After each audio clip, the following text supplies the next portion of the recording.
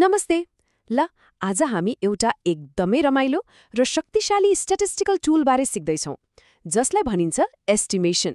सुन्दा अलिक गाह्रो लाग्ला, तर यो भनेको के हो भने थोरै जानकारीको आधारमा एउटा ठूलो तस्विरको अनुमान लगाउने कला हो। आउनुहोस् सँगै मिलेर यो कसरी काम गर्छ पत्ता लगाउँ है त। कहिल्यै सोच्नु भएको छ कसरी जम्मा केही 100 जना मानिसलाई सोधेर हजारौं लाखौं मान्छेको बारेमा यति धेरै कुरा थाहा हुन्छ, जस्तै चुनावको एक्जिट पोलहरूमा? हो, यसको पछाडि कुनै जादु होइन, बरु स्ट्याटिस्टिक्सको एउटा शक्तिशाली टेक्निक छ र त्यसैको नाम हो एस्टिमेसन। आज हामी यही कला सिक्न गइरहेका छौं। ल हाम्रो सिकाइको यात्रा सुरु गरौँ एउटा वास्तविक समस्याबाट है त। यो हो हाम्रो पहिलो केस, अ प्रोपोर्सन प्रब्लम। यसमा हामी एउटा गाउँमा कति प्रतिशत मानिस शाकाहारी होलान् भनेर अनुमान लगाउन सिक्नेछौँ। ल हाम्रो पहिलो च्यालेन्ज यस्तो छ। मानिलिउँ एउटा गाउँमा 300 जनालाई र्यान्डमली सोद्धा 94 जनाले म शाकाहारी हुँ भने।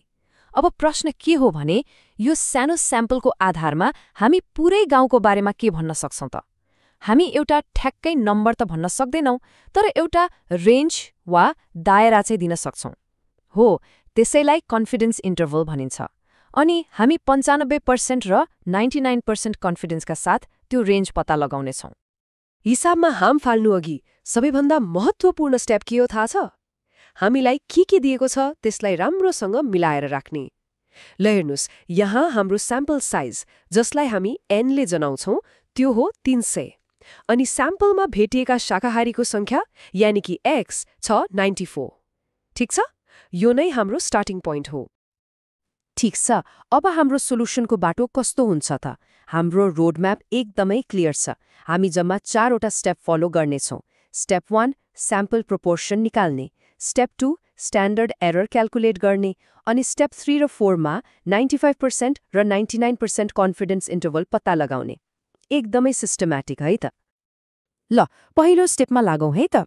हामीले निकाल्नुपर्ने छ स्याम्पल प्रोपोर्सन, जसलाई पी ह्याट अर्थात् पीको माथि यस्तो टोपी लगाएर लेखिन्छ। यो निकाल्न त एकदमै सजिलो छ।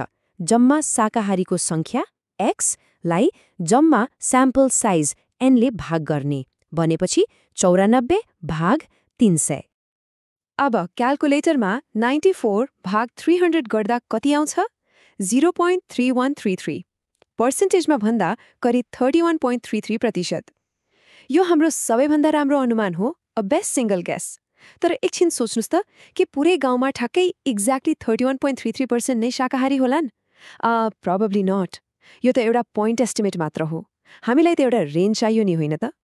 हो, त्यही रेन्ज निकाल्न हामीलाई चाहिन्छ स्ट्यान्डर्ड एरर वा एसई। नाम सुन्दा अलि टेक्निकल लाग्ला, तर यसको काम एकदम सिम्पल छ। यसले हाम्रो अनुमानमा कति अनसर्टेनिटी वा गडबडी हुन सक्छ भनेर नाप्छ। एसई जति सानो भयो हाम्रो अनुमान त्यति नै बलियो हुन्छ। अब यो फर्मुलामा हाम्रो पी ह्याटको भ्याल्यु राखेर क्याल्कुलेट गर्दा एसई आउँछ लगभग 0.02677।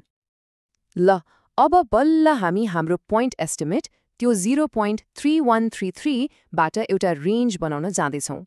यही हो कन्फिडेन्स इन्टरभलको स्टेप। हामी के गर्छौँ भने हाम्रो पी ह्याटमा एउटा मार्जिन अफ एरर जोड्छौँ र घटाउँछौँ। त्यो मार्जिन अफ एरर निकाल्न हामीले अघि निकालेको एसईलाई एउटा स्पेशल नम्बरले गुणा गर्छौँ। 95% कन्फिडेन्सको लागि त्यो स्पेशल नम्बर हो 1.96। यो नम्बर नर्मल डिस्ट्रिब्युसन कर्वबाट आउँछ। अब हिसाब गर्दा हाम्रो 95% कन्फिडेन्स इन्टरभल कति आयो त? 0.2608 देखि 0.3658 सम्म। पर्सेन्टेजमा भन्दा 26.08% देखि 36.58% सम्म। अब यसको मतलब के हो? यसको मतलब हो हामी 95% विश्वस्त छौं कि त्यो गाउँको वास्तविक शाकाहारी प्रतिशत यही 2 नम्बरको बीचमा कतै छ। हेर्नुस् त, एउटा सिंगल नम्बर भन्दा यो कति धेरै इन्फर्मेटिभ छ। ठिक छ, अब 95% त भयो। तर यदि हामीलाई अझै बढी मतलब 99% नै स्योर हुनु छ भने के गर्ने? सोच्नुस् त, माछा मार्दा ठूलो माछा समात्न फराकिलो जाल फाल्नुपर्छ नि, होइन र? यहाँ पनि त्यस्तै हो। बढी कन्फिडेन्सको लागि हामीलाई फराकिलो इन्टरभल चाहिन्छ। त्यसैले हामीले ठूलो स्पेशल नम्बर प्रयोग गर्छौं, जुन हो 2.576। र यसले हाम्रो इन्टरभललाई अझै फराकिलो बनाइदिन्छ। 24.43% देखि 38.23% सम्म। याद राख्नुहोस् है, higher confidence means a wider interval. ल, केस 1 त हामीले सल्भ गर्यौं। अब अलि अगाडि बढौं है त केस 2 मा। यहाँ एउटा सानो तर एकदमै महत्त्वपूर्ण ट्विस्ट आउँछ। के हुन्छ होला जब हामीले लिएको स्याम्पल पुरै पपुलेसनको तुलनामा निकै ठूलो हुन्छ? हो, यही हो द फाइनाइट पपुलेसन ट्विस्ट।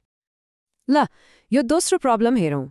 यहाँ जम्मा पपुलेसन N 2000 छ। त्यसबाट 200 जनाको स्याम्पल N लियो। त्यो स्याम्पलको मिन 20 र स्ट्यान्डर्ड डिभिएसन 5 छ। हाम्रो काम स्ट्यान्डर्ड एरर पत्ता लगाउने।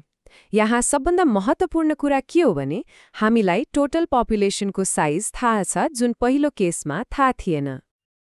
हो, अब यहाँ एउटा नियम लागू हुन्छ। यदि हाम्रो sample size N total population N को 5% भन्दा बढी छ भने हामीले एउटा करेक्सन फ्याक्टर प्रयोग गर्नुपर्छ, जसलाई भनिन्छ फाइनाइट पपुलेसन करेक्सन वा FPC। हाम्रो केसमा 200 भनेको 2000 को 10% हो, जुन 5% भन्दा धेरै हो। किन यो करेक्सन चाहियो त? किनभने सानो पपुलेसनबाट यति ठूलो स्याम्पल लिइसकेपछि हाम्रो अनसर्टेनिटी अलिक कम हुन्छ। FPC ले त्यही कुरालाई एडजस्ट गर्छ। ल, स्क्रिनमा हेर्नुस् त, यहाँ दुईवटा फर्मुलाहरू छन्। बायाँपट्टिको स्ट्यान्डर्ड फर्मुला हो, जुन हामी नर्मल अवस्थामा प्रयोग गर्छौं। तर दायाँपट्टिको फर्मुलामा हेर्नुस् त, एउटा एक्स्ट्रा पार्ट थपिएको छ नि। हो, यही हो फाइनाइट पपुलेसन करेक्सन फ्याक्टर। यही सानो ट्विस्टले हाम्रो हिसाबलाई अझै प्रिसाइज, अझै एक्युरेट बनाउँछ। त्यो FPC फ्याक्टर लगाएर हिसाब गरेपछि हाम्रो फाइनल स्ट्यान्डर्ड एरर कति आयो? 0.336। यदि हामीले FPC नलगाएको भए यो अलि ठूलो आउँथ्यो। यो सानो हुनुको मतलब के हो भने हाम्रो अनुमान अझै बढी प्रिसाइज, अझै बढी एक्युरेट भयो। दुईवटा केस सकियो। अब यी सबै सिकाइलाई एउटा प्र्याक्टिकल चेकलिस्टमा समेटौँ है त। यो चेकलिस्टले भविष्यमा कुनै पनि एस्टिमेसन प्रब्लम सल्भ गर्न एकदमै मद्दत गर्नेछ।